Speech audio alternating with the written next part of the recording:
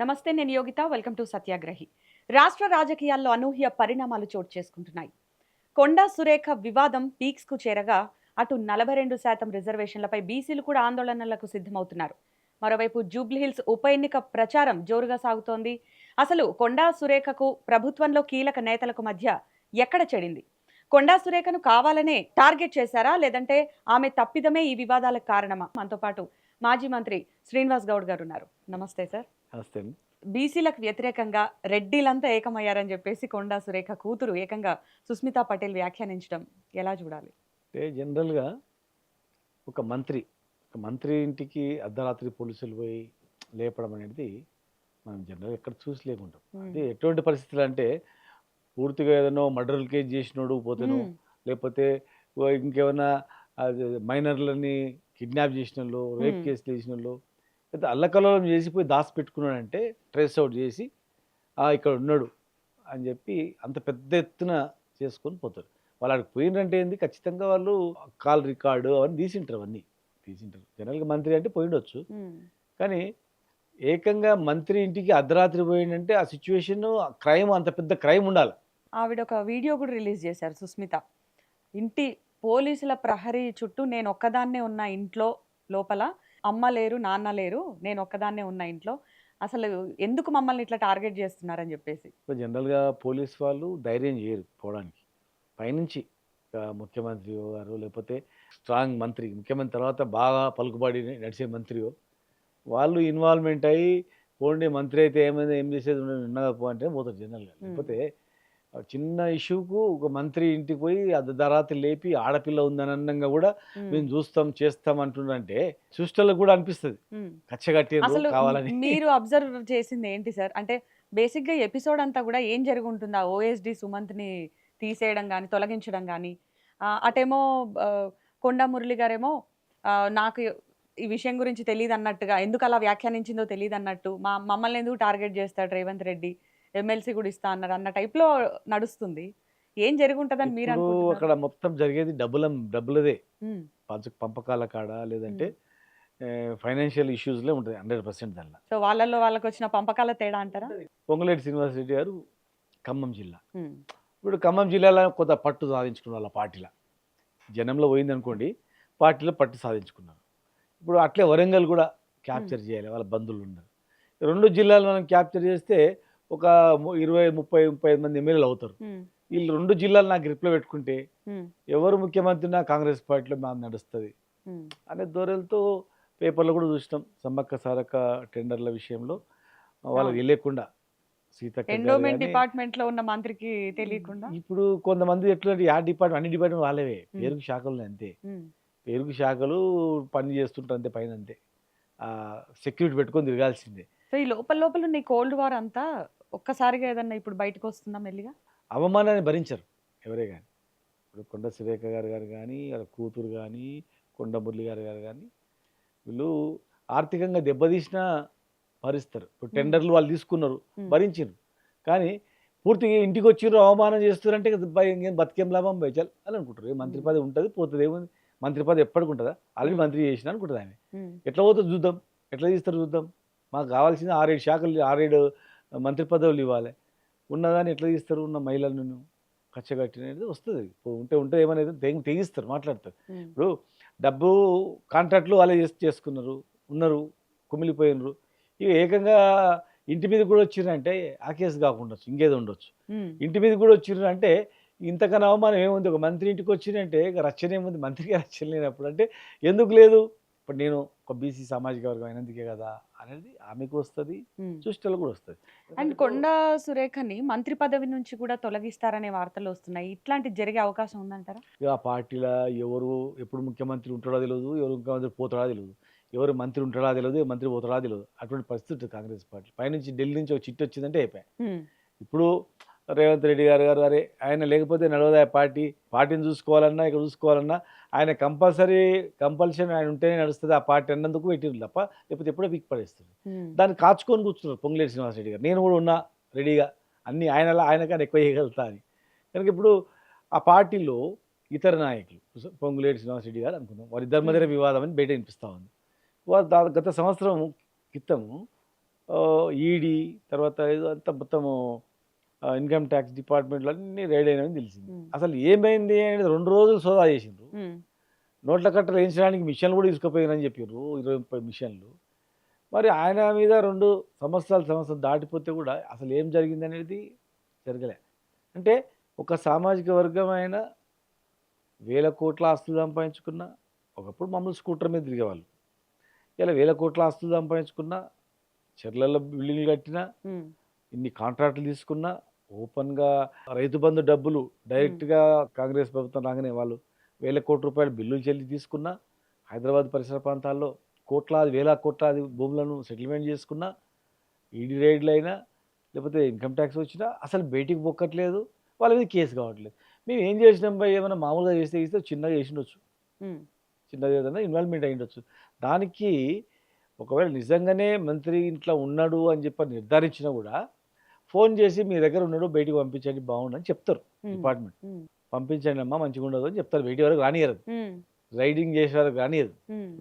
ఇది ఎట్లా అంటే పూర్తిగా బయట 10 మర్డర్లు చేసిపోయో, 10 మందిని రేప్ చేసిపోయో దాచుకున్నాడు, లేదో మత కళాలు జరుగుతున్నాయి, సంఘ విద్రోహ శక్తి పెద్ద పెద్ద చేరినాయి అంటే మొత్తం ఇంకా దేశద్రోహులు చేరిండ్రు, అటాక్ చేసి వాడిని కాల్చాలి బయటికి, లేకపోతే టెర్రరిస్ట్ దొరిండు, మరి పారిపోతాడు. ఇక వాడిని పట్టుకోవాలి, అర్ధరాత్రి దాటిందని పారిపోతాడు అంటే చుట్టుముట్టి ఫైర్ చేయాలి.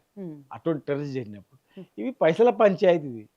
ఈ పైసల పంచాయతీలో ఏంటంటే కొంత అతి ఉత్సాహంతో ఆమెను ఎట్లా డ్యామేజ్ చేయాలా అన్నది ఉంటుంది. అయితే ఇప్పుడు ఒక మేజర్ స్టేట్మెంట్ సుస్మిత చేసింది ఏంటంటే, బేసిక్గా కాంగ్రెస్ బీసీలకు న్యాయం చేయాలంటే అది కాంగ్రెస్తోనే సాధ్యం అంటారు. మళ్ళీ అదే పార్టీలో బీసీలను తొక్కేస్తున్న పరిస్థితి. అంటే స్వయంగా ఈమెనే ఒక స్టేట్మెంట్ ఇచ్చింది, రెడ్డిలంతా ఏకమయ్యి మా బీసీలను తొక్కేస్తున్నారని చెప్పి. ఎట్లా చూడాలంటారు ఈ కామెంట్స్? రెడ్డిలందరూ ఏకమైంది అనేది తప్పు ఉంటుంది. రెడ్డిలందరూ ఎట్లా ఏకమవుతారు? నాయకులు, రెడ్డిల నాయకులు, కాంగ్రెస్ పార్టీ నాయకులు ఏకమైనంటే ఓకే. రెడ్డిలంతా ఏకమైనంటే ఒక రెడ్డి ముఖ్యమంత్రి అయితే రెడ్డిలందరూ ఖుషి అవుతారా? రెడ్డికి కావాల్సింది రైతు బంధు కావాలి, రెడ్డికి కావాల్సింది వ్యవసాయం కావాలి, రెడ్డికి కావాల్సింది బతుకుదెరువు కావాలి, ఊర్లో అన్ని సౌకర్యాలు ఉండాలి, అది కోరుకుంటారు. ఎక్కువ రైతులు ఉంటారు కనుక అది కోరుకుంటారు. ఒక ముఖ్యమంత్రి అయితే మాకేం లేకపోయినా సరే అనుకుంటారా? ఒకరు ముఖ్యమంత్రి, ఒక కులమైన ముఖ్యమంత్రి అయితే ఆ రెడ్డిలకు అందరికి ఏం లాభం వస్తుంది? వేసిండొచ్చు ఓట్లు, ఓన్లీ రెడ్డిలే కాదు, రెడ్డిలు మొత్తం వేసిండొచ్చు, అన్ని వర్గాల వాళ్ళు వేసిండ్రు ఓట్లు, నమ్మిండ్రు. వీళ్ళేమో చేస్తామంటే ప్రతి కులము ప్రతి వర్గం నమ్మి వేసిండ్రు. వేసినాక ఇప్పుడు వాళ్ళు కూడా బాధపడుతున్నారు. రెడ్డిలు ఐక్యమని కాదు, ఆ పార్టీలో ఉన్న కొంతమంది రెడ్డిలు ఐక్యమై ఇట్లా చేస్తున్నారని చెప్తే తను సరిపోతుంది. ఉండొచ్చు ఆమె ఆ పార్టీలో అదే ఉద్దేశంతో ఆమె మాట్లాడిండొచ్చు. ఆమె హ్యూమిలేషన్ ఉంటుంది కదా, వాళ్ళు ఇప్పుడు మంత్రిగా ఉండి ఆమెకు ఆ పరిస్థితి ఉందంటే మామూలు ఎమ్మెల్యేల పరిస్థితి ఏముంటుంది, మామూలు కార్యకర్తల పరిస్థితి ఏముంటుంది, ఏముంటుంది చెప్పండి? ఒక మంత్రిగా ఉండి ఆమె కూడా డేరు, భయపడదు, గట్టిగా మాట్లాడుతుంది. ఆమెకి ఆ పరిస్థితి ఉందండి. ఇప్పుడు కొండా మురళి గారు ఆయన ధైర్యంగా మాట్లాడు. ఇప్పుడు ముఖ్యమంత్రి చేస్తుందా, లేకపోతే అవతల ఇంకో శక్తి చేస్తుందా, లేకపోతే అసలు రేవంత్ రెడ్డికి కొండా సురేఖకి మధ్య ఎక్కడ చెడిందంటారు? నేను అనుకుంటా చెడిందంతా రేవంత్ రెడ్డి గారి కన్నా, ఆయన కన్నా ఇంపార్టెంట్ ఏంటంటే అక్కడ టెండర్ల విషయం ఉంటుంది, అక్కడ డబ్బుల పంచాయతీ ఉంటుంది.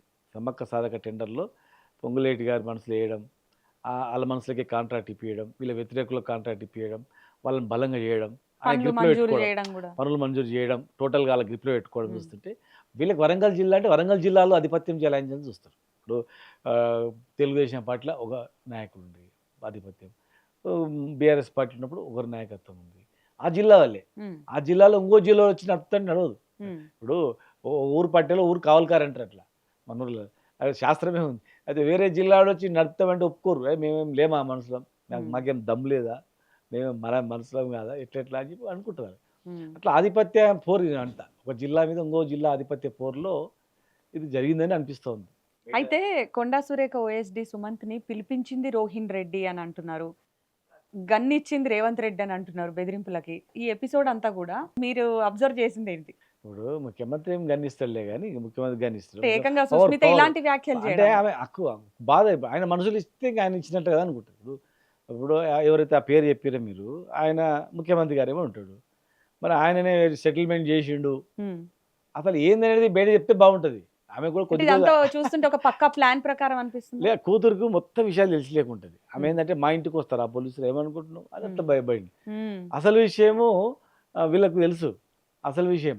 ఇప్పుడు అసలు విషయం మేము చెప్పడానికి వస్తే చెప్పనియరు. ఇప్పుడు పార్టీ పరువు పోతుందా బాబు, దండం పెడతాం ఆగండి, ఈ మంత్రి పదవి ఏం పోదు కానీ మేమేం చూసుకుంటామని చెప్తారు ఇప్పుడు. ఎందుకంటే ఆమె చెప్పింది అనుకో మొత్తం బెట్ట పడిపోతుంది. పైసలకు అసలు ఏదో విచిత్రంగా ఉంది రాష్ట్రం, చూడండి ఎట్లా అయిపోయింది. ఒక సైడు రియల్ ఎస్టేట్ మొత్తం పడిపోయింది, పేదోడు వాని ఇల్లు ఉంటుందా లేదా అని తెలియని పరిస్థితి ఉంది, రైతులు దివాలా తీసిండ్రు, ఏ వర్గం వాళ్ళు ఒక సంతోషంగా లేరు. ఇలా ఎట్లా ఉంటుందో తెలియదు. ఇప్పుడు వాళ్ళకు ఈ కాంట్రాక్ట్ నీవు తీసుకో, ఈ కాంట్రాక్ట్ నీవు తీసుకో, ఇది నీవు తీసుకో, ఈ భూములు నీవు తీసుకో, ఈ పంచాయతీ నీవు తీసుకో, డిపార్ట్మెంట్ వారికి పంచుకున్నారు. పంచుకొని కొత్త గవర్నమెంట్ భూములు కూడా మారిపోతున్నాయి, ఇష్టానుసారంగా వ్యవహరిస్తూ ఉన్నారు. ముఖ్యమంత్రి గారికి కూడా అక్కడ ఎవరంతకు వాళ్ళు అంతే, వాళ్ళు ఇష్టం లేదుగా, ఇష్టానుసారంగా ఎవరంతకు వాళ్ళు. ముఖ్యమంత్రి గారు చెప్తే వినాలా లేదని లేదు, ముఖ్యమంత్రి గారు చెప్తే ఆఫీసర్లు వింటారు, మంత్రులు ఎమ్మెల్యేలు వినాలని లేదు, ఎమ్మెల్యేలే కోట్ల కేసు చేస్తున్నారు. ఇందులో ఎమ్మెల్యేలు గవర్నమెంట్లో ఉన్న ఎమ్మెల్యేలు గవర్నమెంట్లో కొట్లాడాలా, లేకపోతే గవర్నమెంట్లో కంప్లైంట్ చేయాలి.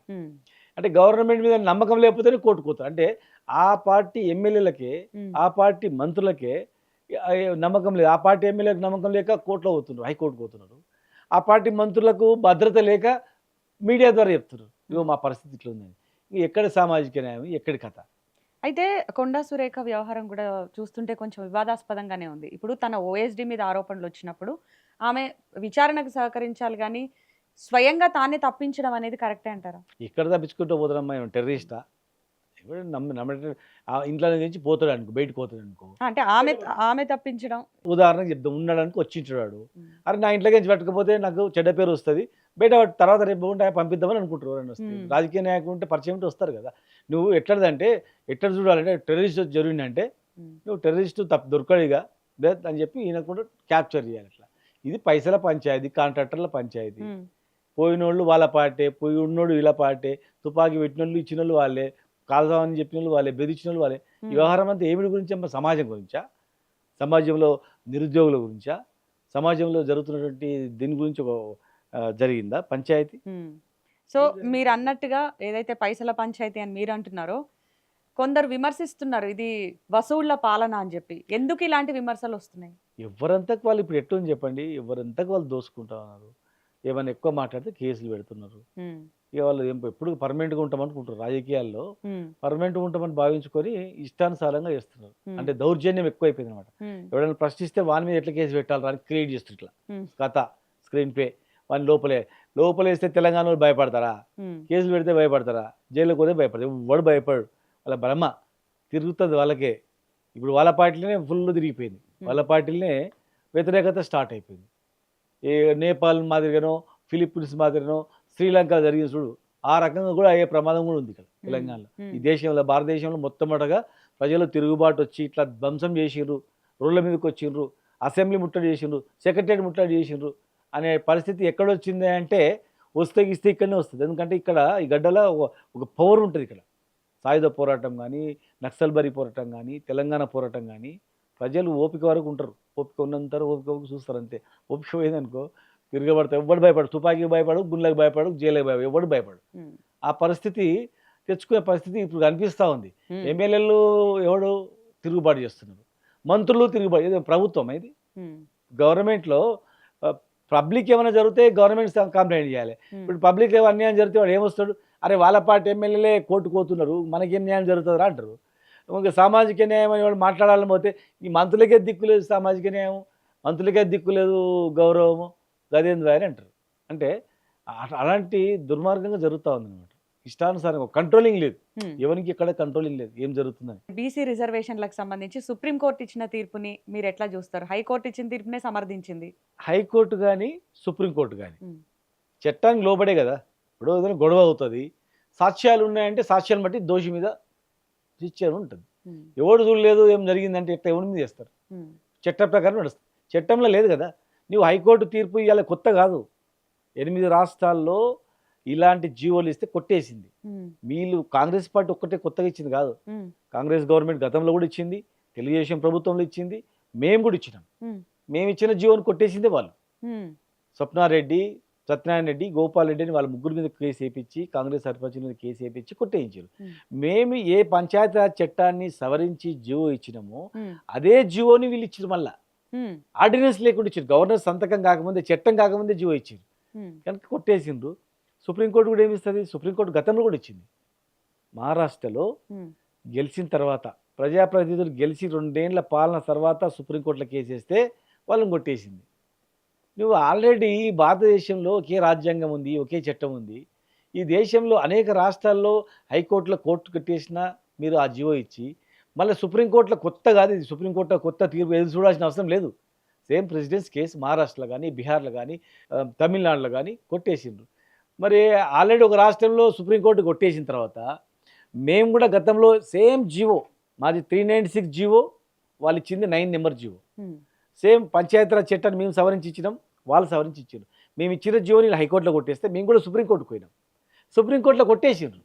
కొట్టేసిన తర్వాతనే మేము పాత పద్ధతిలో రిజర్వేషన్కి పోయినాం. మీరు కొత్తగా ఏదో సాధించిండ్రు, సుప్రీంకోర్టుకు పోయి వీళ్ళందరూ నిలబడి ఆ ఫోటోలు దిగి అబ్బా ఎంత కష్టపడుతున్నారు సుప్రీంకోర్టులో కేసు దగ్గర, హైకోర్టు కేసు దగ్గర ఎంత కష్టపడుతుండ్రు అంటట్లా చేస్తే ఎవడు నమ్ముతారు చెప్పండి. ఇవాళ రేపు చట్టాన్ని ನೀವು సవరించకుండా ఉమ్. మీరు గతంలో అసలు సుప్రీంకోర్టుకి వెళ్ళాల్సిన అవసరం ఏంటి కాంగ్రెస్ కి? అంటే వాళ్ళ చిత్తశుద్ధిని నిరూపించుకోవడానికా, లేదంటే ఎన్నికలను తప్పించుకోవడానికి కాదు అంటారా? కాదు కాదు వాళ్ళు ఏంటంటే ఫస్ట్ వాళ్ళు అసెంబ్లీ 2 చట్టాలు ఇచ్చింది. ఉమ్, విద్యా ఉద్యోగంలో తర్వాత పొలిటికల్ రిజర్వేషన్ ఇవ్వాలా, రాజ్యాంగ సవరణ చేయాలని చెప్పి గవర్నర్ ద్వారా ప్రెసిడెంట్ ఆఫ్ ఇండియాకి పంపిండ్రు. 9 షెడ్యూల్ చేర్చాలని చెప్పి అక్కడ పంపిన తర్వాత గవర్నర్ దగ్గర నుంచి ప్రెసిడెంట్ ఆఫ్ ఇండియా పోయిన తర్వాత వీళ్ళు హైదరాబాద్ నుంచి వెళ్ళి ఢిల్లీ ధర్నా చేశారు. ఉమ్, పార్లమెంట్ నడుస్తుంది.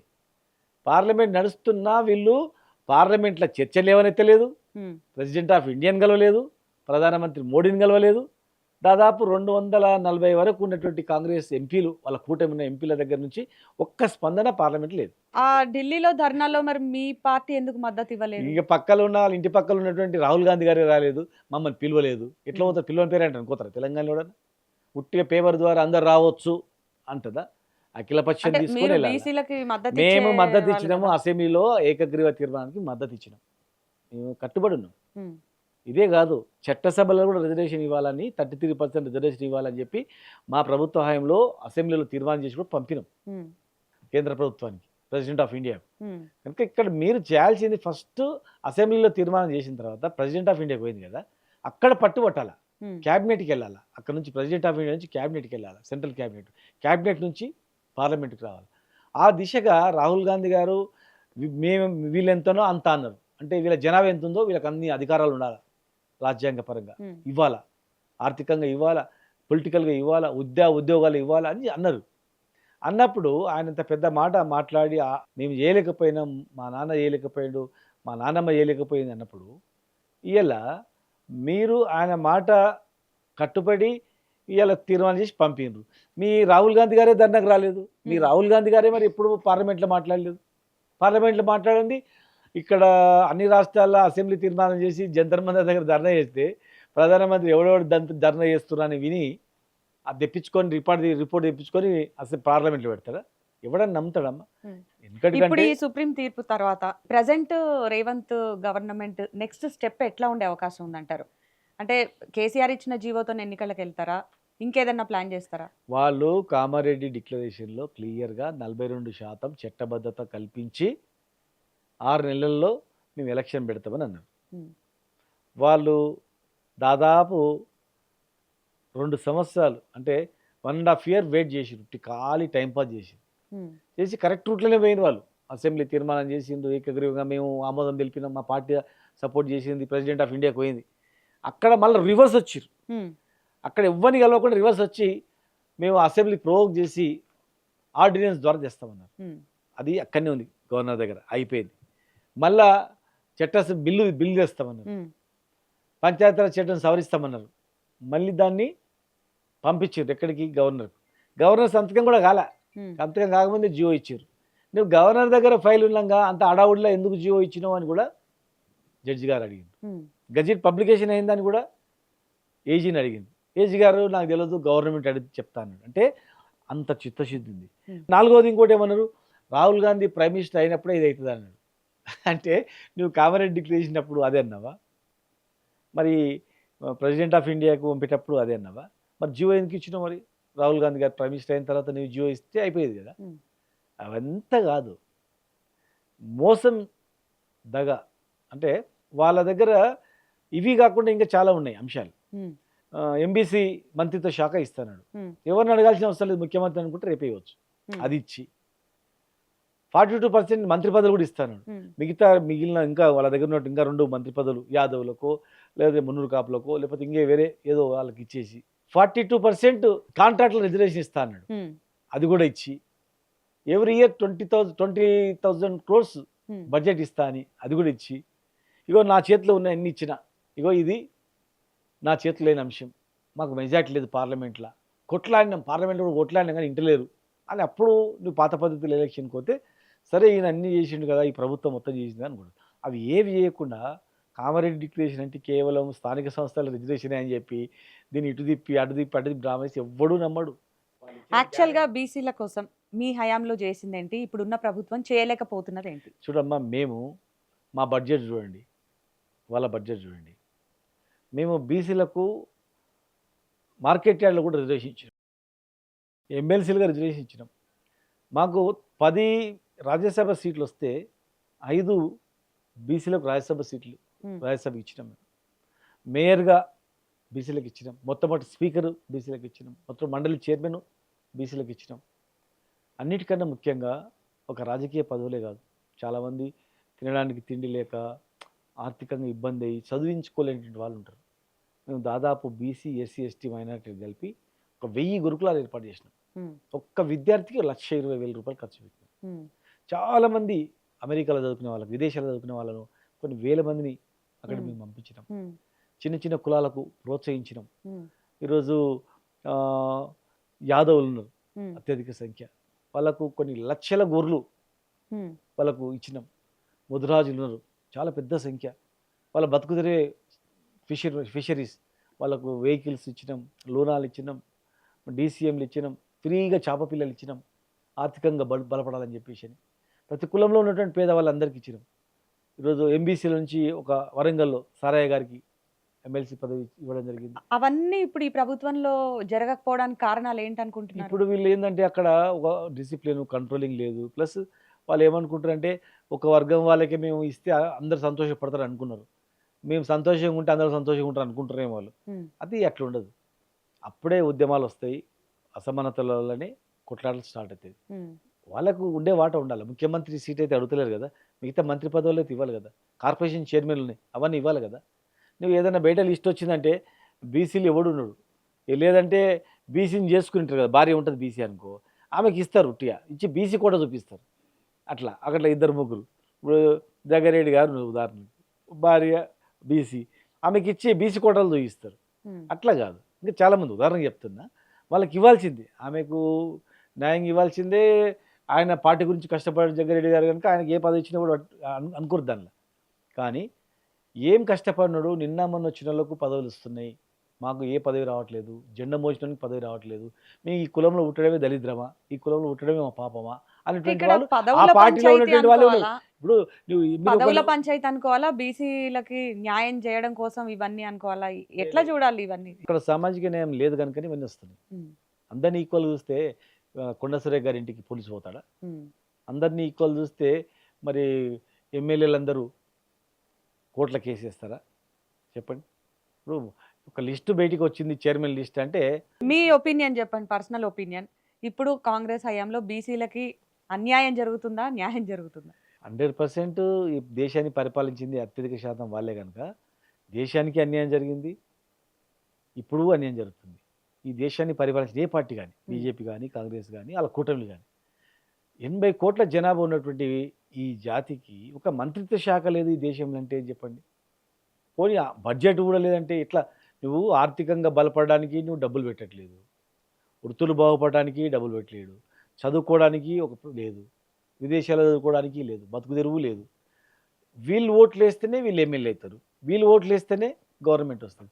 ఓట్లప్పుడేమో వీళ్ళు కావాలా, కానీ వాళ్ళ ఆర్థిక స్థితిగతులు చేయరా? నువ్వు ఈ ప్రైమ్ మినిస్టర్ ఇవ్వకు, ముఖ్యమంత్రికి ఏమి ఇవ్వవు. కనీసం మీరు అన్నారు కదా మండలానికి ఒక గురుకులం పెడతాము, విద్యా ఉద్యోగాలలో రిజర్వేషన్ ఇస్తామని. మరి విద్యా ఉద్యోగాలు రిజర్వేషన్ ఇవ్వండి, ఉమ్, చాలామంది డాక్టర్లు అవుతారు, ఇంజనీర్లు అవుతారు, మీరే పరిపాలించండి, మొత్తం టోటల్గా మీరే ఉండండి. కనీసం ఇదని ఇవ్వాలి కదా. సమాజంలో వీళ్ళు పుట్టడం తప్ప అనిపిస్తుంది కదా వాళ్ళకు కూడా. ఉమ్. ఇప్పుడు ఒక పిల్లోడు పోయినప్పుడు వాడు మంచి బండి మీద తిరుగుతున్నాడు, మంచి బట్టలు వేసుకున్నా అంటే వాళ్ళని చూసి వాడు చదువుకున్నాడు, వాడేమనుకుంటాడు, అరే మేము మా నాన్న కూడా ఇంత కష్టపడుతుంటాడు, ఉదయం పోయి రాత్రికి వస్తుంటాడు, మేము తిండికి కూడా సరిపోతలేదు ఏమి, వీళ్ళు మంచి బండి మీద తిరుగుతున్నారు, మంచి బట్టలు వేసుకుంటున్నారు, విలాసంగా ఉన్నారు, మనం ఎందుకు అనేది కుంగిపోరా చిన్నప్పటి నుంచి స్కూల్ లెవెల్ నుంచే వానికి గుమ్లేషన్ ఉంటుంది. అందుకే గురుకులాలు పెట్టింది ఏంటంటే అందరు ఈక్వాలిటీగా ఉండాలా, ప్రైవేట్ స్కూల్ కన్నా ప్రైవేట్ హాస్టల్ కన్నా అత్యధిక మంచిగా ఫుడ్ కానీ బట్టలు కానీ ఉండాలని చెప్పి ఆ ఉద్దేశంతో పెట్టినాం.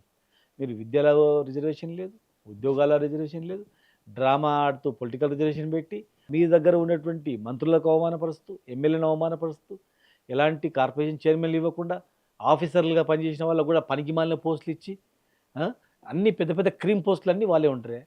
కార్పొరేషన్ల పరిస్థితి మీ హయాంలో ఇప్పుడు చూస్తే ఎట్లుంది అసలు? ఇప్పుడు ఏ బడ్జెట్ ఇచ్చింది చెప్పమ్మా, ఒక్క కార్పొరేషన్ ద్వారా ఓ పని అయిందని చెప్పండి.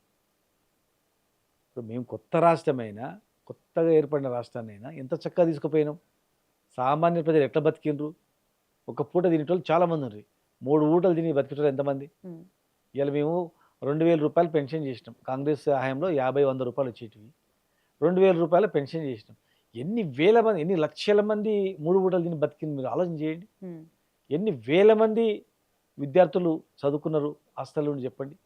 మేము చిన్నగా ఉన్నప్పుడు హాస్టల్లో వాళ్ళు ఏడ్చుకుంటూ పోయేవాళ్ళు, పురుగుల అన్నము, పప్పుచారు అన్నము, గజ్జీలు వేసి వస్తుంటారు ఊర్లలో.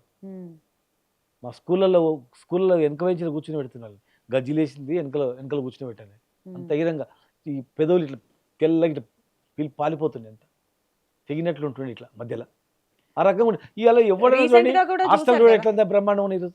వందల మంది విద్యార్థులు గురుకులాల్లో చనిపోయిన పరిస్థితి. ఇప్పుడు మెయింటైన్ చేయలేకపోతున్నారు. అప్పుడు ఒకరికి కడుపు నొప్పి లేచిందంటే ఇంటికి పోయే వరకు జాగ్రత్తగా బండిలో పంపించి ఇంటికి పంపించేవాళ్ళు. ఒక విద్యార్థి ఆరోగ్యం బాగాలేదంటే తల్లిదండ్రులు పిలిచి చూపించేవాళ్ళు, డాక్టర్ని పెట్టేవాళ్ళు, నర్సులు ఉండేవాళ్ళు. ప్రతి హాస్టల్లో నర్సులు లేరు, డాక్టర్లు లేరు, హాస్పిటల్లో మందులు లేవు. వందల మంది చనిపోయారు విద్యార్థులు. చనిపోతే కూడా అడిగే నాతుండే లేడు. మేము హాస్టల్ సీట్ కావాలని మాకు ఎంబడుతుంది, ఎక్కడ పోయినా మాకు గురుకులాల్లో కావాలి. ఇప్పుడు గురుకులాల్లో ఎవడు ఉంటేనే లేడు. గురుకులాల్లో అడ్మిషన్ అనే ఇదే లేదు. ఇంకా దిక్కు ఏదో పూర్తి ఇబ్బంది ఉన్న వాళ్ళు తప్ప అంత పెద్దగా లేదు. పిల్లల్ని తీసుకుపోతారు వాపస్. ఎంట్రన్స్ రాస్తే వందల మంది, వేల మంది ఎంట్రన్స్ రాస్తారు. ఇప్పుడు ఖాళీ సీట్లు కూడా ఉన్నాయండి అక్కడ. అలాంటి పరిస్థితి ఉంది. ఇంకా వీళ్ళు బేషేజాలకు పోయి వీళ్ళకి పేరు వస్తుందని మేము చేసేటువంటి అన్నీ మూలకు పడేసిండ్రు. కంట్రోల్ తప్పిపోయింది. ఇప్పుడు పిండి సంచులు దొరుకుతలేవంటే, డబ్బులు పెట్టిన పిండి సంచులు దొరుకుతలేవంటే కరెక్ట్ నాటేయ కానీ పిండి చల్లాలి, తర్వాత కలుపు తీసిన తర్వాత మళ్ళీ పిండి చల్లాలి, అప్పుడు మంచి గుర్తు వస్తుంది, కంకి మంచిగా పెడుతుంది. ఇప్పుడు వాళ్ళకు అసలు వర్షాకాలం వస్తుంది, పిండి సంచులను స్టాక్ చేసుకోవాలి, ప్లస్ ఎండాకాలం వస్తుంది, ఏం చేయాలి, ఏ సీజన్లో మనం ఎట్లా వ్యాధులు వస్తున్నాయి, ఏం జాగ్రత్త తీసుకోవాలి, ఏం లేదు. వాళ్ళకు మళ్ళీ దొరకదో మొత్తం దోసుకోవాలరా అని చెప్పేసి ఒక్కొక్కటి ఏజెంట్లను పెట్టుకొని కేసులు వెతుక్కుంటున్నారన్నమాట. తీసుకురా నేను చేపిస్తా, మంచిది తీసుకురా, కేసు తీసుకొస్తారా చేపిస్తా, మంచి భూమి కేసు తీసుకురా చేపిస్తా. ఈ భూముల మీద, పైసల మీద, సెటిల్మెంట్ల మీద మళ్ళీ రాదు జీవితంలో అవకాశం రాదు, మళ్ళీ కుమిపడేయాలని ఎక్కువ అక్కడ ఇదే పనిలో ఉన్నారు తప్ప వాళ్ళు లేదు. అందులో కూడా ఏంటంటే అందరికి ఇస్తే బాగుండే ఛాన్స్, కొట్లాటలు ఉండకుండే. ఇప్పుడు ఒకరేమో కోట్లు తినిపోతున్నారు, ఒకరు సక్కెర సంచులు ఎత్తుకపోతున్నారు. నువ్వు ఇట్లా నోట్లో కూడా బుక్కర్లు ఇస్తలేరంటే మండదా వీళ్ళకు? పంచాయతీ అన్నీ స్టార్ట్ అయింది అందరికి. ఇక బీజేపీ విషయానికి వస్తే, పార్లమెంట్లో బీసీ రిజర్వేషన్ల బిల్లు పెట్టడానికి బీజేపీకి ఉన్న ఇబ్బందులు ఏంటి? అంటే ముస్లింలని రిజర్వేషన్లలో చేర్చడమే వారికి ఉన్న ఇబ్బంది అంటారా? ఇప్పుడు వాళ్ళు చెప్పే అంశం అది చెప్తున్నారు, చెప్పేది అది చెప్తున్నారు. కానీ వాళ్ళ దేశం వాళ్ళ చేతులు ఉంది కదా, ఇప్పుడు గవర్నమెంట్ వాళ్ళ చేతులు ఉంది కదా, వాళ్ళు మరి ఏం చేయదలుచుకున్నారు? మొత్తం దేశవ్యాప్తంగా చట్టం తెమ్మనండి, దేశవ్యాప్తంగా అమలు చేయమనండి, అన్ని రాష్ట్రాలు అడగమనండి, ఇట్లా కావాలని చెప్పండి, అన్ని రాష్ట్రాలు పిలిపించుకొని అడగమనండి. మరి వాళ్ళు ఒక ముస్లిం శాఖ చూపిస్తే, ప్రధానమంత్రి మోడీ గారు ఉన్నటువంటి గుజరాత్లో అంతకుముందు కూడా ఇచ్చారు కదా, వాళ్ళు పరిపాలించే రాష్ట్రంలో కూడా ముస్లింలకు రిజర్వేషన్ ఇచ్చారు కదా. మరి ఈడబ్ల్యూఎస్ రిజర్వేషన్ 10% ఇచ్చిండ్రు ఓసీలకు. మరి ఓసీలలో కూడా ముస్లిమ్స్ ఉన్నారు కదా, అది ఎగ్జామ్షన్ ఇచ్చిర్రా వాళ్ళు? ముస్లింలకు ఎగ్జామ్షన్ ఇచ్చి 10%లో వాళ్ళకి ఏమైనా పెట్టినరా? ఆటోమేటిక్గా 10% ఈడబ్ల్యూఎస్ రిజర్వేషన్లో ముస్లింలు కూడా ఉన్నారు కదా. మరి అనేక రాష్ట్రాల్లో ఇచ్చి రిజర్వేషన్ ఈడబ్ల్యూఎస్లో ముస్లింలు కూడా కలిపి ఇచ్చి ఉమ్. ఇవాళ ఈడ ముస్లింలను కలిపినరు అని చెప్తే ఎవరు నమ్ముతారు చెప్పండి. ముస్లింలను కూడా అందులో కూడా కొన్ని తెగలు ఉంటాయి అని చెప్పేసి ఇంకొంతమంది నేతలు అంటున్నారు. మైనారిటీలని కాకుండా ముస్లింలలో కూడా కొన్ని డిఫరెన్షియేట్ ఉంటాయి తెగలు అని చెప్పేసి అంటున్నారు. వాళ్ళని చేర్చారు అని అంటున్నారు. ఇది ఎంతవరకు కరెక్ట్? ఇప్పుడు వాళ్ళది అట్లా కాదు, వాళ్ళు ముస్లింలకే ఇవ్వద్దు అనేది వాళ్ళు బీజేపీ వాదన ఏంటంటే ముస్లింలకే ఇవ్వద్దు రిజర్వేషన్, బీసీ రిజర్వేషన్ ఇవ్వద్దని. మరి వాళ్ళు కూడా రిజర్వేషన్ ఈడబ్ల్యూఎస్లో రిజర్వేషన్లో ఇచ్చిర్రు ముస్లింలకు. అసలు బీసీలకి రాజ్యాధికారం అనేది 42% రిజర్వేషన్లతోనే సాధ్యమా లేదంటే కాదా? అంటే ఒకటేమ్మా గ్రామీణ స్థాయిలో బేస్మెంట్, ఇప్పుడు ఇల్లు కడతాం కదా, బేస్మెంట్ గట్టిగా ఉండాలంటే మనం మంచిగా బేస్మెంట్ మంచిగా కాంక్రీట్తోనే వేస్తాం. అంటే ఒక రాజకీయ వ్యవస్థలో ఇప్పుడు సర్పంచులు, ఎంపీటీసీలు, జెడ్పీటీసీలు అనేది మూలస్తంభాలు. ఎమ్మెల్యే గెలవాలంటే వీళ్ళు నుంచి స్టార్ట్ చేద్దాం అనేది ఒకటి. తర్వాత చట్టసభలు కూడా ఇవ్వాలని కూడా ప్రపోజల్ కూడా ఉంది ఒకటి. అయితే దీన్ని వీళ్ళు ఇస్తామన్నారు, కాంగ్రెస్ ప్రభుత్వం ఇస్తామన్నారు. తమిళనాడులో ఇచ్చిర్రు, తమిళనాడులో అమలు అవుతూ ఉంది.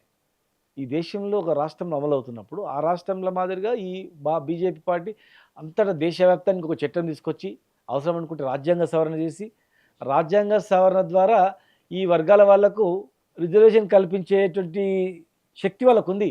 ఎందుకంటే ఇప్పుడు ప్రతిపక్ష పార్టీ కాంగ్రెస్ కూటమి.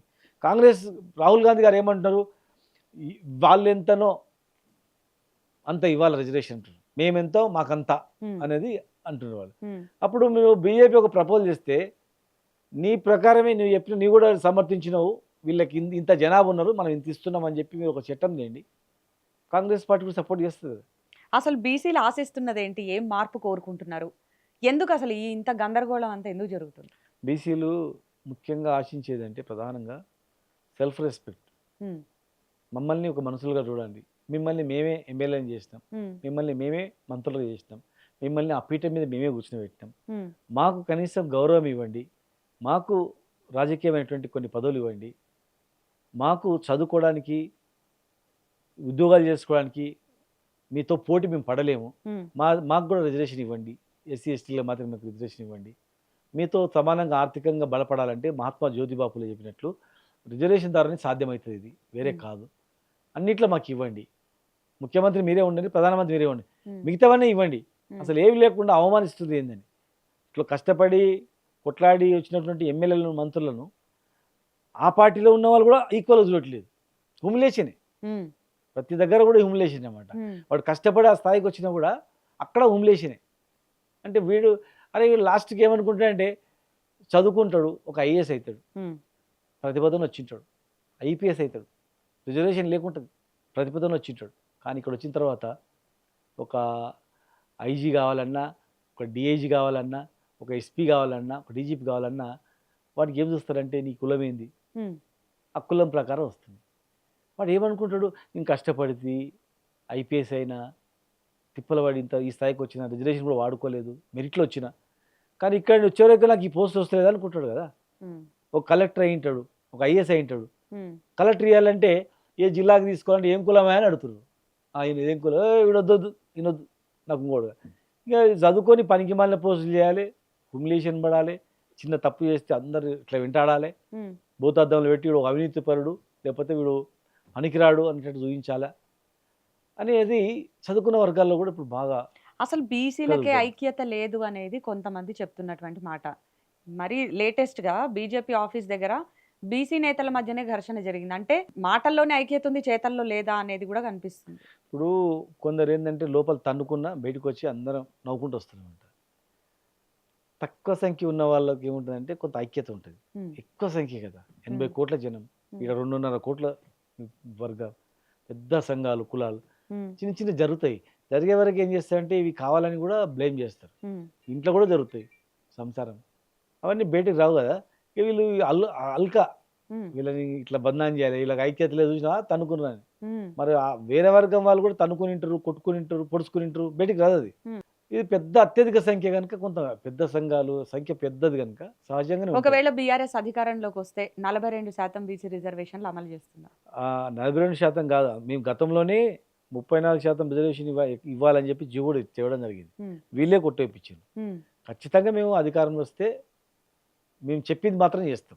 ఎలక్షన్లో వీళ్ళు చెప్పారు పెళ్లి చేసుకున్నటువంటి డిసెంబర్లో పెళ్లి ఉంటే చాలామంది పెళ్ళిళ్ళు క్యాన్సిల్ అయినాయి. ఉమ్, నువ్వు డిసెంబర్లో నవంబర్లో పెళ్ళిళ్ళు ఉంటే ఉమ్, నువ్వు క్యాన్సిల్ చేసుకోండి, డిసెంబర్లో మీకు తులం బంగారం ఇస్తామంటే పేదోళ్ళు క్యాన్సిల్ చేసుకున్నారు 100%. ఉమ్, రుణం తెచ్చుకోండి, 2 నెలల్లో మేము, నెల రోజుల్లో మీకు 2 లక్షలు వస్తాయి పోయి రుణం తెచ్చుకున్నారు బ్యాంకులో పోయి కుదబెట్టి. అట్లా అనేక అంశాలు వాళ్ళు ఏది కూడా నెరవేరలే. కనుక వాళ్ళు చెప్పినవి నెరవేర్చాలి, వాళ్ళ బాధ్యత. ఎలక్షన్ మీరు అన్నారు కదా, మీరు ఇవ్వాలి. ఉమ్, మేము ఎలక్షన్లప్పుడు ఏమైతే అంటామో అన్నవి అన్నకన్నా ఎక్కువ చేస్తాం మేము, ఉమ్, కొత్తవి కూడా చేస్తాం.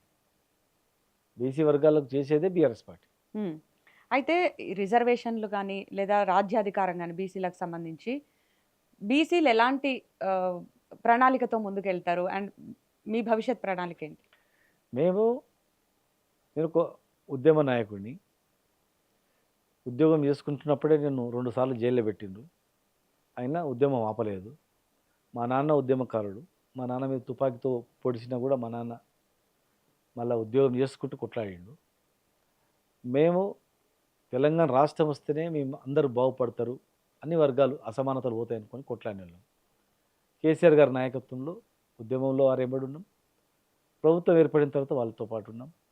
ఆయన నాయకత్వంలో మరి ఎమ్మెల్యేగా, మంత్రిగా నేను 5-6 శాఖలు ఇచ్చిన, సమర్థవంతంగా పనిచేసిన.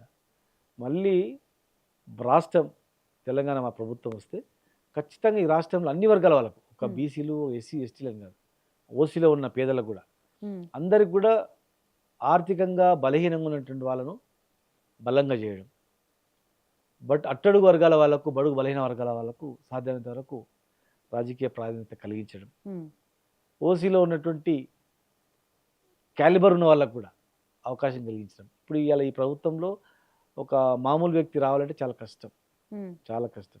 ఏదో నిజంగా ప్రతిభ ఉన్న వాళ్ళకి లేదు, వారసత్వ రాజకీయాలు ఎక్కువ ఉంటాయి. ఉమ్, వాళ్ళ కొడుకులు, వాళ్ళ మన్మన్లు, వాళ్ళే 10 మంది ఉంటారు అంతా.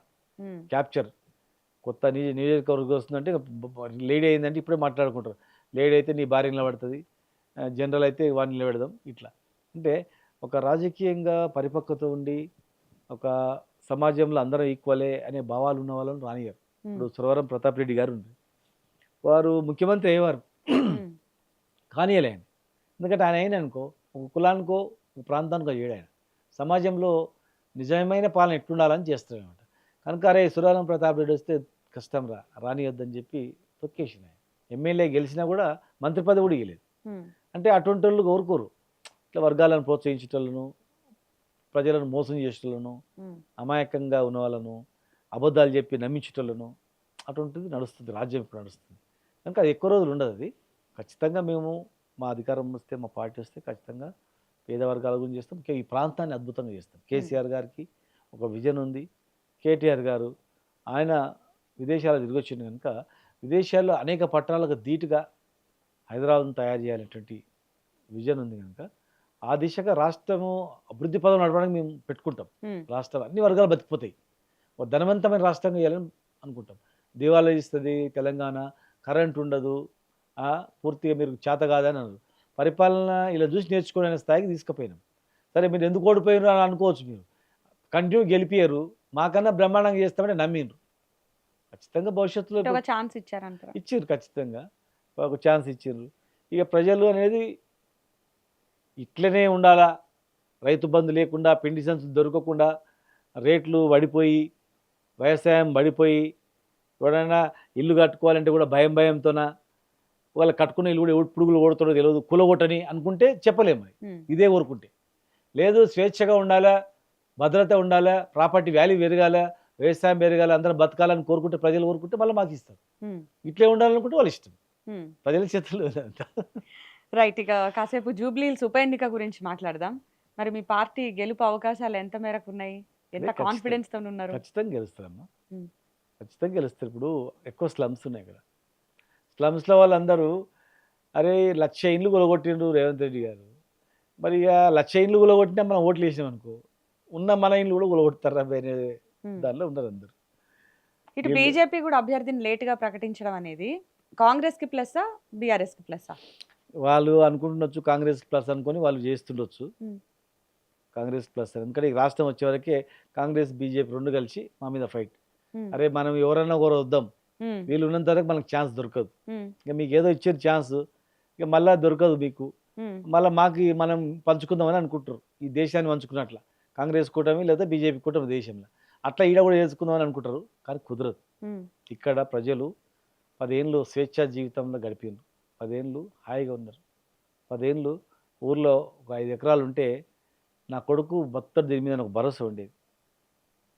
ఇలా కట్టుకున్న ఇల్లు మీద భరోసా లేదు. బీజేపీ బీఆర్ఎస్ గెలుపు కోసం ప్రయత్నిస్తోందని కాంగ్రెస్ అంటే, మరి మీరేమో కాంగ్రెస్ కాదు కాదు కాంగ్రెస్ గెలుపు కోసమే బీజేపీ ప్రయత్నిస్తుంది అంటున్నారు. ఎవరి మాట నమ్మాలి? ఏది నిజం ఇందులో? నిజమ్మా, మీరు చాలా విషయాలలో చూడండి, ఉమ్, కాంగ్రెస్ బీజేపీ విధానాలు చూడండి, వాళ్ళ ఉమ్, అండర్స్టాండింగ్ చూడండి, ఉమ్, వాళ్ళు ఎంత అండర్స్టాండింగ్.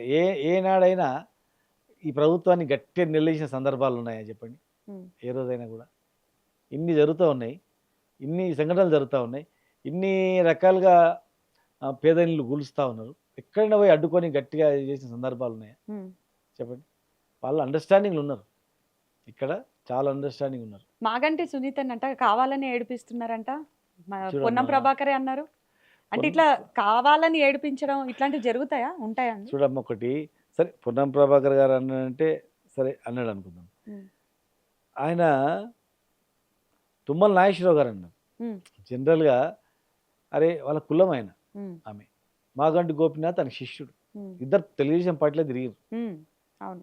ఎన్ని ఏళ్ళు తెలుగుదేశం పార్టీలో తిరిగినటువంటి ఆయన, ఆ సామాజిక వర్గం ఆయన ఇలా మంత్రి అయింది కూడా ఆ సామాజిక వర్గం వాళ్ళు ఓట్లు వేస్తుంది ఉమ్, ఆ కోటలోనే. ఉమ్, ఇలా ఆమె ఏడుపుని, ఆమె పక్కల కొడుకు బిడ్డ ఇద్దరు కలిసి ఓదార్చేదాన్ని కూడా డ్రామా అంటే ఉమ్, ఏమనాలి చెప్పండి ఆయన? ఇప్పుడు జనరల్గా ఆమెను అట్లా పోల్చొద్దు. ఇప్పుడు వీళ్ళ ఇళ్ళలో ఎవరైనా చచ్చిపోతే ఎవడు ఏడవడా? ఏడిసే డ్రామా అవుతుందా? వీళ్ళ ఇళ్ళలో కూడా మనుషులు ఎప్పుడో 100 ఏళ్ళు బతకరు కదా ఎవడు, అప్పుడు ఏడిచినప్పుడల్లా ఈ డ్రామా చేస్తారు అని చెప్తారా? అంటే ఒక కాంగ్రెస్ భర్త నేతలు ఒక భర్త చనిపోయి కింద జనమంతా గోపెన్న అమర్హయ అని అన్నప్పుడు ఒక భార్యకు ఉమ్, ఒక ఒక అనిపిస్తుంది, గుర్తొస్తుంది, దిక్కులేని అవుతాం కదా మనము, బిడ్డల పెళ్ళిళ్ళు కాలేదు, కొడుకు ఇది కాలేదు, రాజకీయాలు తిరుగుతున్నాము, మరి ఏం చేస్తే మా పరిస్థితి ఏమవుతుందో కదా అని చెప్పి ఒక ఎంతో బాధ ఉంటుంది. అన్ని ఉన్నోళ్ళు నిలబడితేనే భయపడుతుంటారు. ఇక్కడ ఒక పాయింట్ సార్, ప్రచారంలో ఏడుస్తున్న మాగంటి సునీత కేసీఆర్ దగ్గరికి వెళ్ళినప్పుడు ఎందుకు ఏడవట్లేదని కాంగ్రెస్ నేతలు అడుగుతున్నారు. ఏం అరే, చెప్తారు ఇలాంటి వాళ్ళకి ఏమైనా కామెంట్స్? కామన్ సెన్స్ ఉందా? ఇప్పుడు జరిగింది ఎలక్షన్, చనిపోయినందుకు వచ్చిన ఎలక్షన్, మీటింగు, ఆ మీటింగు, వేలాది మంది కిందర గోపీన్న అమరయ్య అని అరుస్తుంటే, గట్టిగా నినాదాలు చేస్తుంటే ఒక భావోద్వేగం నుండి వస్తుంది. కేసీఆర్ దగ్గర పోయినప్పుడు ఏడ్చింటారు, చూపిస్తారా? కేసీఆర్ దగ్గర ఏడ్చేది చూపిస్తే ఏమనుకుంటారు? ఆడ కెమెరాలు వీళ్ళు పెట్టి ఈడనేమో లైవ్లు ఉన్నాయి. ఇప్పుడు కేసీఆర్ దగ్గర ఏడ్చింది అనుకో, కేసీఆర్ దగ్గర కూడా ఏడ్చిన ఫోటోలు తీసి వీడియోలు తీసి వీళ్ళు డ్రామా చేస్తున్నారు. ఆడ ఎవరు మీడియానే లేదు కదా, మీడియా లేనప్పుడు ఇది ఎందుకు విడుదల చేయాలని అంటారు. ఇప్పుడు మీడియాని తీసుకొని రాలే కదా ఆమె బీఫామ్ ఇచ్చేది, మేము ఫోటో కొట్టి మా వాళ్ళు ఫోటో కొట్టి ఇచ్చిండ్రు, మా వాళ్ళు వీడియో తీసి ఇచ్చిండ్రు. అప్పుడు ఏడ్చింది అనుకో, ఏడ్చిన ఫోటో పెట్టామనుకో, చూసినావా డ్రామా అంటారు. జనంలోకి ఎంచి అప్పుడప్పుడు వచ్చిన దాన్ని ఏమో నువ్వు డ్రామా అని పడుతుంది. మేము నిజంగా తీస్తే నేను ఒరిజినల్ అని చెప్తావా? అంటే ఏడుపు భార్య పిల్లలు పెట్టుకొని ఆమె ఏడ్చే డ్రామా చేస్తుందా?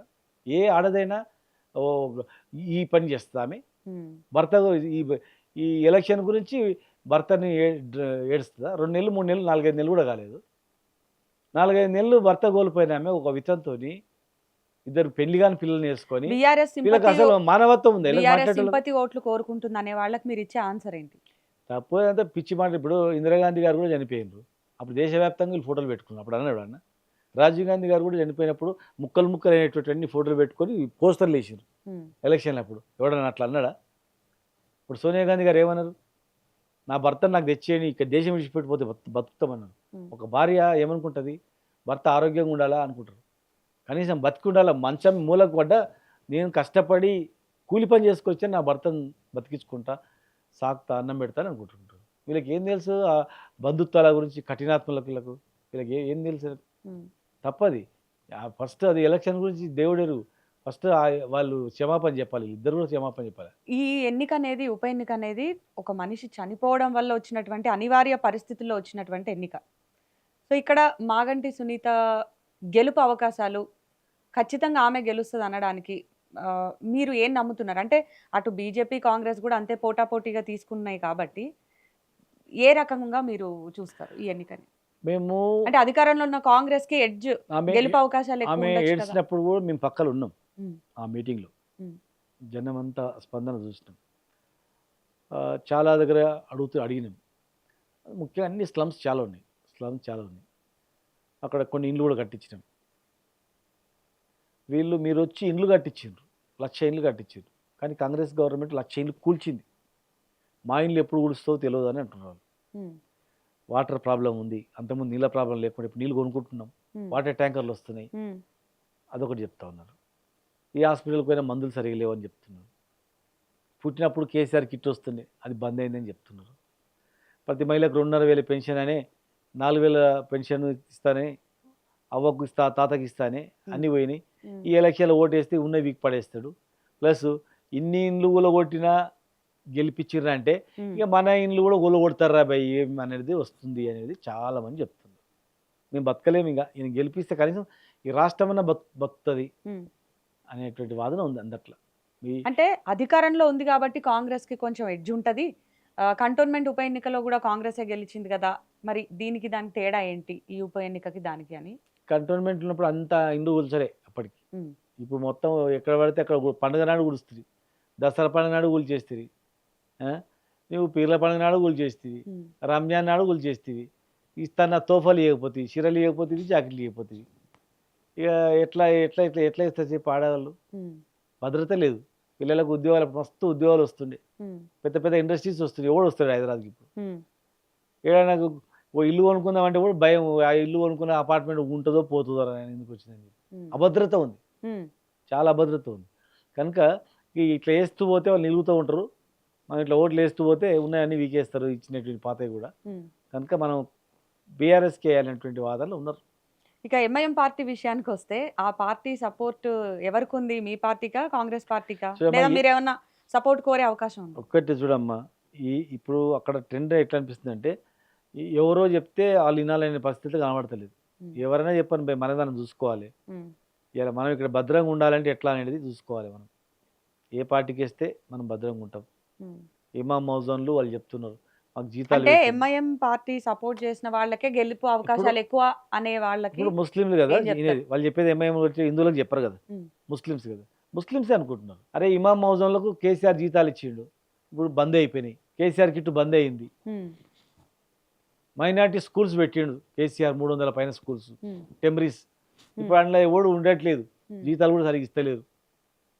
మనకు చాలా అభద్రత ఉంది. ఇంకా అన్నిటికన్నా ముఖ్యంగా ఏంటంటే ముఖ్యమంత్రిగా కేసీఆర్ ప్రమాణ స్వీకారం చేసిండు. నెక్స్ట్ మహమూద్ అలీ డిప్యూటీ సీఎంగా ప్రమాణ స్వీకారం చేసిండు. రెండవసారి మళ్ళీ ముఖ్యమంత్రిగా కేసీఆర్ ప్రమాణ స్వీకారం చేసిండు. హోమ్ మినిస్టర్ కూడా మన ముస్లింలకు ఇచ్చిండు, ఉమ్, ఎమ్మెల్సీలు ఇచ్చిండు. ఇవాళ మనకు హోమ్ మినిస్టర్ లేడు, డిప్యూటీ సీఎం లేదు, ఒక మంత్రి శాఖనే లేదు. మనల్ని తంతే కూడా పోయి మన మంత్రికి చెప్పుకుందామంటే అడిగేటోళ్ళు లేడు. ఉమ్, దిక్కు దివాని లేని పరిస్థితి ఉంది. అంటే రాజకీయం కూడా మనకి ఏముందరవా, ఏం లేదు. ఎమ్మెల్సీల కోటాలు లేదు మనకి, ఎక్కడ ఏ పదవులు లేవు. షబ్బీర్ అలీ గారి ఉండ్రి ఉమ్. వాళ్ళ దానిలో పెద్ద మనిషి, ఆయనకి ఏమని వస్తుంటే షబ్బీర్ అలీ గారికి ఏం లేదు. ఇంకా ఇంకా అజరుద్దీన్ గారి కన్నా టికెట్ వస్తుంది అనుకుంటే సో మీ అసలు ఉద్దేశం దీని ఏంటి? కాదు. ఇప్పుడు కనుక ఎంఐఎం ముస్లిం- కాంగ్రెస్ కి సపోర్ట్ చేస్తుందా? వాళ్ళు ఏం చేస్తారు అనేది వేచి చూద్దాం. మీరే మీడియా ద్వారానే మీరు తెలుసుకోవాలా. ఎంఐఎంఏనే కాదు, ఏ పార్టీ ఆ పార్టీకి ఏమన్నా కూడా, కాంగ్రెస్ పార్టీలు కానీ బీజేపీలు కానీ ఎంఐఎం, ఏ పార్టీలు మీరు బీజేపీలు కూడా గెలికేయన్నా బీజేపీ పార్టీలు కూడా వేసే ఆలోచన లేదు. ఉమ్, ఖచ్చితంగా వాళ్ళు కూడా కోరుకుంటారు, అన్నీ కోరుకుంటుంది. అంటే ఈసారి బీఆర్ఎస్ వస్తేనే ఈ గవర్నమెంట్ కూడా భయపడుతుంది. ఇక ఇట్లా హెచ్చుకుంటా పోతే కష్టమైతేనేటువంటి భావన ఉంది అందరికీ. ఇక సందర్భం వచ్చింది కాబట్టి అడుగుతున్నా, మాగంటి గోపీనాథ్ గారితో మీకు ఎలాంటి అసోసియేషన్ ఉండే? అంతకుముందు కమిషనర్గా ఉన్నప్పుడు కూడా నాకు చిన్న చిన్న పనుల మీద వాళ్ళు వచ్చేవారు. నేను మంత్రిగా ఉన్నప్పుడు కూడా వాళ్ళ నియోజకవర్గంలో ఉన్న ప్రాబ్లమ్స్ ఉన్న ఈ స్టేడియం ఉండే, ఇక్కడ ఈసుగూడ స్టేడియము, ఆ స్పోర్ట్స్ విషయంలో ఉమ్, వచ్చి మంచిగా మాట్లాడేవారు. కాన్స్టిట్యూన్స్ విషయంలో ఉండేది, ఎక్కువ కాన్స్టిట్యూన్స్లో తిరిగేది ఆయన. ఉమ్, కాన్స్టిట్యూన్స్లో ఉండేటువంటి వాళ్ళ గురించి పట్టించుకునేది, చేసేది. మా దృష్టికి అయితే మంచి పనుల గురించే తిరిగేయండి తప్ప చెడుగా అయితే ఎక్కడా లేదు. ఉమ్, అందుకే ఆయన పిలిపించిండ్రు, అనుకోకుండా ఉమ్. జరిగిపోయింది అది. సో మీ పార్టీ పరంగా వస్తున్నటువంటి సమాచారం ఏంటి? గ్రౌండ్ లెవెల్ సిచ్యువేషన్ ఎట్లుంది జూబ్లీహిల్స్ ఉప ఎన్నికకు సంబంధించి? గ్రౌండ్ లెవెల్‌లో ఎక్కువ పేరుకు జుబ్లీస్ అనగానే దేశం అంతా ఏమనుకుంటారు అంటే పెద్ద హైయెస్ట్ రిచ్ పర్సన్స్ అనుకుంటారు ఆ కాన్స్టిట్యున్సీలో. హ్మ్. పేరుకు జుబ్లీస్ గానీ ఉన్నదంతా కూడా పేద వర్గాల వాళ్ళే. హ్మ్. ముఖ్యంగా అనేక జిల్లాల నుంచి వచ్చి బతుకుదేరు వచ్చినటువంటి వాళ్ళే. హ్మ్. కనుక వాళ్ళందరూ కూడా గ్రామీణ ప్రాంతాల వాళ్ళ సొంత ఊర్లో కూడా ఏమైందో తెలిసిపోయింది వాళ్ళకి. కనుక విలేజ్‌లలో కూడా దెబ్బతినిపోయింది. ప్రభుత్వం మోసం చేసిందనే భావన ఉంది. ప్రభుత్వం మీద వ్యతిరేకత చాలా ఉంది. సో ఫైనల్‌గా ఓవరాల్ కాంగ్రెస్ పాలనకు సంబంధించి శ్రీనివాస్ గౌడ్ గారి మనసులో మాటేంటి? వీళ్ళు ఆ 6 గ్యారెంటీలు పూర్తి స్థాయిలో అమలయ్యుంటే బాగుండే. చేసినవన్నీ మేము అమలు చేసినాము. ఇంక అవి అమలు అయితాయని చెప్తే కూడా బాగుండే. అన్నీ అయిపోయినాయి అంటారు. హ్మ్. అన్నీ అయిపోయినాయని చెప్తుర్రు. ప్లస్ ఎక్కడ కూడా ఒక విద్యార్థులు 2,00,000 ఉద్యోగాలన్నారు. రిక్రూట్‌మెంట్ లేదు. రిటైర్మెంట్ అయిన వాళ్ళు వాళ్ళ డబ్బులు వాళ్ళు దాసిపెట్టుకున్న డబ్బులు కూడా వాళ్ళకొస్తలేవు. వాళ్ళు దాసిపెట్టుకున్న డబ్బులు వాళ్ళు మళ్ళా వాపస్ అడిగితే కూడా ఇచ్చే పరిస్థితి లేదు. హ్మ్. 10,000 మంది రిటైర్డ్ ఎంప్లాయీస్ ఉన్నారు. తర్వాత ఎక్కడ ఏ సంస్థలో చూసినా కూడా కాంట్రాక్ట్ ఉద్యోగులకు జీతాలు లేవు. పీఆర్సీ ఇస్తామన్నారు. పీఆర్సీ ఇవ్వలేదు. డీఏలు ఇయ్యలేదు. అసలు విద్యార్థులు గానీ, ఉద్యోగులు గానీ, రిటైర్డ్ ఉద్యోగులు గానీ, రైతులు గానీ ఎవడు లేరు హ్యాపీగా. ఇట్లే ఉందనుకో 3 ఏళ్లలో రాష్ట్రం దివాళా తీసిపెట్టుండేది. ఇంత ఎత్తు ఎదిగి మళ్ళీ తుప్పున పడినట్టయితది. పాలు పొంగినట్లయితది. హ్మ్. కనుక చెక్ పెట్టాలంటే బై ఎలక్షన్ వచ్చినప్పుడు పార్టీ వ్యతిరేకత ఇంత ఉంది అని చూయిస్తే కనీసం ఒక యావరేజ్‌గానే నడుపుతారు. హ్మ్. లేదంటే వాళ్ళు ఇష్టానుసారం చేస్తారు అంతే కూడా. ఇష్టరాజ్యం అయితది. ఇంకా ఈ రాష్ట్రం శ్రేయస్సు గురించి ఒక పార్టీలో ఉన్న వ్యక్తి కాకుండా ఒక తెలంగాణ గురించి మేము కొట్లాడిన వాళ్ళం, తెలంగాణ గురించి మేము జైలుకి పోయిన వాళ్ళం గనుక తెలంగాణ ఎంతోమంది చనిపోయారు. మావి పెద్ద గొప్ప త్యాగాలు కావు. మాకన్నా ఎక్కువ చనిపోయిన వాళ్ళు ఉన్నారు. వాళ్ళ కుటుంబాలని. వాళ్ళకి ఇంకా ఎవరికి సరిగ్గా గాలే. మా హయాంలో కూడా కొంతమంది చేసినాం. ఇంకా చాలామంది ఉన్నారు పాపం ఇంకా. వాళ్ళందరూ కూడా వాళ్ళ ఆత్మలు కూడా మరి ప్రాణాలు త్యాగం చేసిర్రు వాళ్ళు పాపం. హ్మ్. రాష్ట్రం బాగుండాలని. ఎంతో వాళ్ళ వాళ్ళ గురించి కాదు, వాళ్ళ కుటుంబాల గురించి కాదు. రాష్ట్రం గురించి త్యాగం చేసిర్రు. ఎంతో గొప్పవాళ్ళు వాళ్ళు. హ్మ్. వాళ్ళ ఆత్మలు అనేటువంటివి చూస్తుంటాయి. అరే!